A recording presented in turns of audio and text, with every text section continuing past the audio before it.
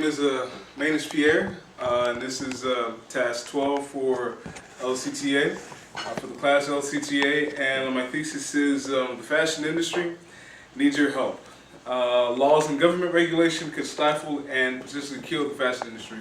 I would like to do that using instances throughout history, just a couple, and relate that back to some of the current happenings that's going on right now. So we take the 1700s. In Europe, there was an outlaw of the top hat, and the reason for that is because this guy was walking down the street. People saw the top hat, were unfamiliar with the top hat. They actually began to riot due to the top hat. Took him to court, and after that court proceeding for 50 years thereafter, the top hat was actually legal.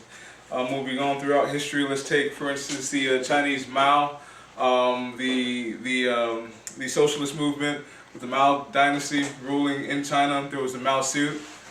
The Mao, basically, if you were caught wearing anything else outside of this uniform, this costume of the day, you were basically considered a bourgeois. And if you were considered a bourgeois from that point, you were stoned. You could potentially die because of simply the clothing that you were wearing. If you move on, 1940s. Actually, this was just a little bit thereafter. 1940s with the zoot suits. Zoot suits were in Los Angeles. This basically where they were kind of doing their own thing down in Los Angeles at the time. There was quite a bit of the rationing going on due to World War II and having to ration certain goods for the soldiers that were overseas, such as cotton, such as silk.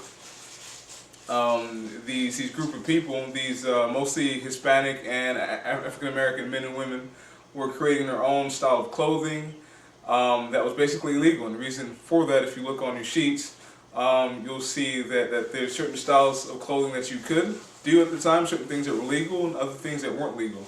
And these groups of young men and women were kind of disregarding that. At about the same time, Los Angeles was used as a port for the Navy.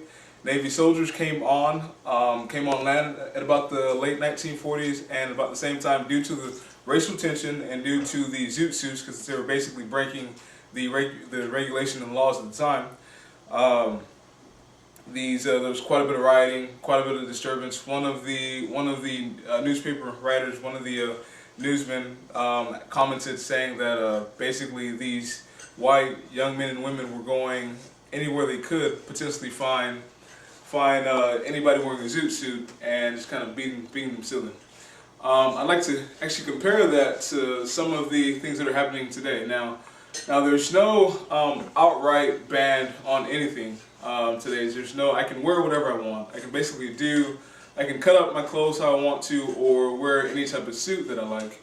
But here's where I believe that the fashion industry is being controlled by government influence. It's things like subsidies. For instance, last year, over $1 billion was subsidized to cotton farmers.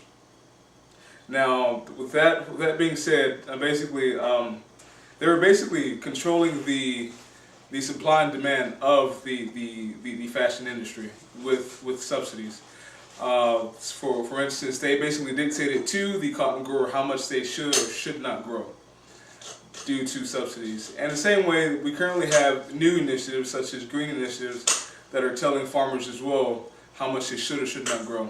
Now, that controls the agricultural industries, but through kind of a back-end type of way. Controlling the agricultural cotton industry also controls what it is you can and cannot make with cotton.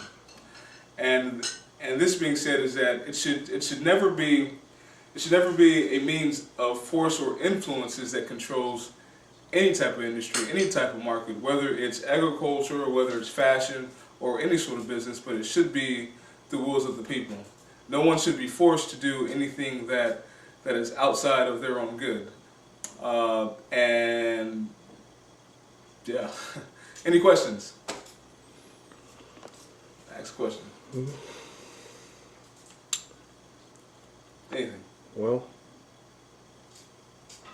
are there any other examples you can think of where government regulations have affected the fashion industry?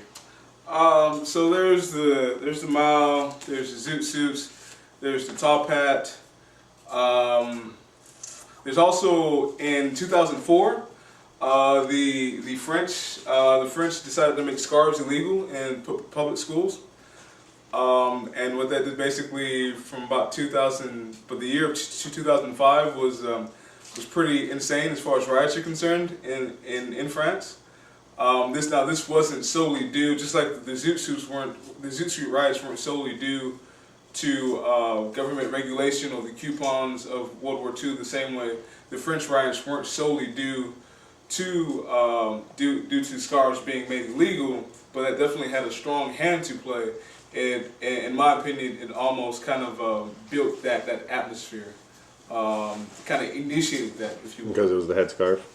Because it was a headscarf, and the same way the Zoot Suits belong to the Hispanic people, to the black people, the headscarf belonged to the Muslims, the people that lived in the ghettos. So is it an item of cultural identity? Yes, exactly. In a way, governments were curbing cultural identity by... Yeah, in a sense, it was fashion. a blatant attack on the people's identity. Got another question? I need to.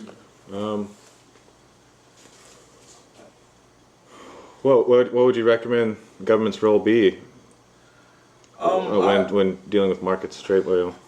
Well, I personally do not believe that it's the government's role to control markets.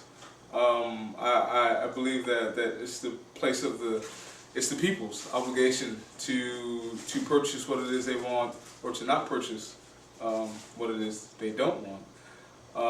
The moment that government begins to either subsidize markets and either ship it overseas or just produce too much of it, it's going to affect something else.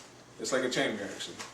So, but to answer your question, I believe the government's role solely is to protect the individual rights of people, which does not involve protecting their wallets or anything else like that.